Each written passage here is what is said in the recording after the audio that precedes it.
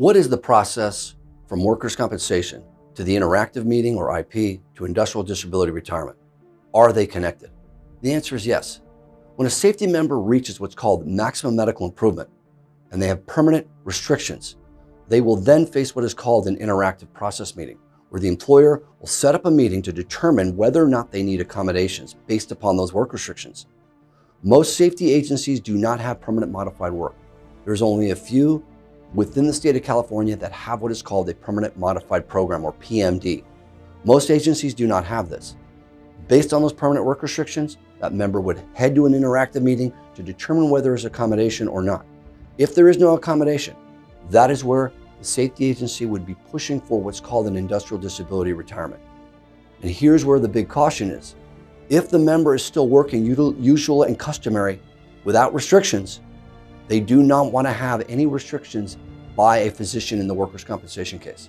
The reason why is the employer would take you off duty, seek an accommodation, and then ultimately you could be retired. So if your doctor has released you to full duty, hold off on going to any further medical evaluations in these cases. It is important to understand that any hint of a restriction will trigger the interactive process and potentially the threat of an industrial disability retirement.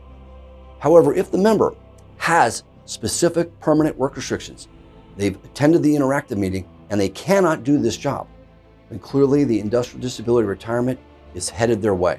It is important to seamlessly connect all three stages so that the medical evidence from workers' comp demonstrates that there is no accommodation needed in the interactive, which then demonstrates the entitlement for the IDR, or the industrial disability retirement, where you must show that you have actual permanent restrictions that have lasted for 12 months.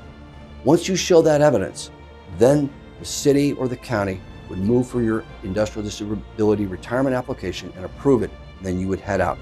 So it is important to coordinate these cases from workers' comp to the interactive to the IDR to make sure you have a seamless transition and exit out of that safety agency. Thank you.